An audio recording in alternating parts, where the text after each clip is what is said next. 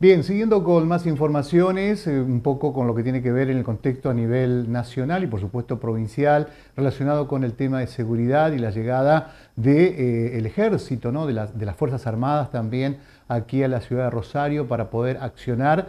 Hemos consultado al doctor José Luis Alonso, quien también es dentro de los derechos constitucionales, para que nos pueda acompañar. José Luis, un gusto recibirte, un placer. Y bueno, en esta paradoja, ¿no? También que se da y esta necesidad de por lo menos pacificar esta situación durísima, tristísima que vive Rosario e impacta también en la región, los pros y los contras, ¿no? Del accionar del ejército frente a la narcocriminalidad o al terrorismo narcocriminalidad, ¿no? ¿Qué tal, José Luis? Bienvenido, un gusto. Hola Mario, buenas tardes. Sí, efectivamente, pasa que la publicidad del Estado nos lleva por ahí a lo mejor a cierto eh, equívoco o digamos mal expresado por parte de la publicidad del Estado con respecto a la participación del ejército. Habla de Fuerzas Armadas, pero específicamente del Ejército, en estas acciones que vino a anunciar la ministra de Seguridad y el ministro de Defensa. Es obvio que dentro del ordenamiento que nosotros tenemos político, dentro de nuestro esquema institucional democrático, la seguridad interna no es dada por el ejército o por las Fuerzas Armadas, que sería la Marina o la Aeronáutica. Esas son fuerzas de defensa nacional contra cualquier agresión que se haga desde afuera hacia nuestras fronteras. La seguridad interior está perfectamente legislada y está dada, obviamente, en el poder de policía, el poder que ejerce la fuerza civil, el control político civil, con respecto a garantizar la seguridad interna. Ahora bien, la seguridad interna en la provincia la debe garantizar el gobernador. Es decir, el gobernador es el comandante de las fuerzas policiales provinciales. El Estado Nacional puede concurrir en ayuda, en pedido o en colaboración y también en la acción, aportando a esa seguridad interna las fuerzas de las cuales dependen de la ministra de Seguridad. Es decir, esas fuerzas son, para no confundir, esas fuerzas son Gendarmería, Prefectura, Policía Aeronáutica y Policía Federal. Esas cuatro fuerzas que vemos que están publicitadas y anunciadas que van a desembarcar con una cantidad de efectivos que nunca es cierta, o sea, no se da un número cierto, pero bueno, también hace a la estrategia que ha planteado la participación de las fuerzas nacionales. Ahora bien, esas fuerzas nacionales pueden ser logísticamente apoyadas por el ejército, la marina o la aeronáutica. ¿Qué significa esto? Ese apoyo logístico no es un apoyo de armamento, no es un apoyo con efectivos armados, sino es un apoyo en vehículos, en prestaciones comunicacionales, O eh, presencia, o o presencia presencia, claro. simplemente, pero claro, la presencia simplemente, ¿a título de qué? A título de persuasión. Ujú. Eso lo tienen que brindar también esa seguridad las fuerzas que van a desembarcar. Eh, Algunos mandos del ejército han expresado su disconformidad con respecto a esto. ¿Por qué? Porque también lleva a una confusión y a una militarización del territorio que ya de por sí lo está dando la presencia de prefectura, la presencia de gendarmería, la policía aeronáutica, la policía federal, conjuntamente con la policía regional nuestra, la policía provincial, que esa es la fuerza que está actuando en el territorio porque le corresponde y es un mandato que ejerce el gobernador sobre esa fuerza. Bien. Ahora, sí, sí, Sí, quería escucho. preguntarte, digo, para que pueda actuar el ejército, ¿hay que modificar algo de la Constitución? Claro, nosotros tenemos, nos rigen a nosotros tres leyes que son la ley de seguridad interior, Interior, claro. claro, esa es la ley que reglamenta esto Defensa precisamente, Nacional. la de defensa nacional y la de inteligencia. Ujú. Obviamente esas leyes tienen decretos decretos que han sido dictados para reglamentar su funcionamiento. Claro. Por supuesto, depende del Congreso Nacional que el Ejército, la Marina o la Aeronáutica modificar estas leyes, modificar estos decretos reglamentarios y si consideran darle participación, Claro. cambiaría todo el esquema de actuación y toda la estrategia de actuación de las Fuerzas Armadas. Bien.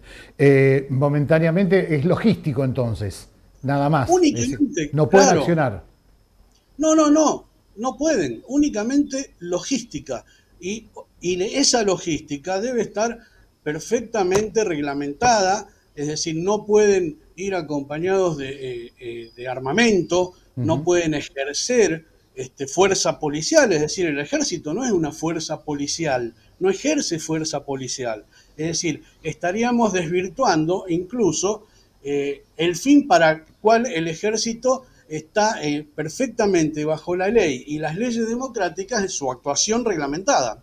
José, pregunto, ¿no? Uno es neófito en la materia, pero digo, el militar está preparado para enfrentar la muerte, para enfrentar el choque, el combate, y viniendo a Rosario se habla de una guerra entre narcocriminalidad y Estado. Es decir, estamos ahí en una línea muy fina internamente en nuestro país.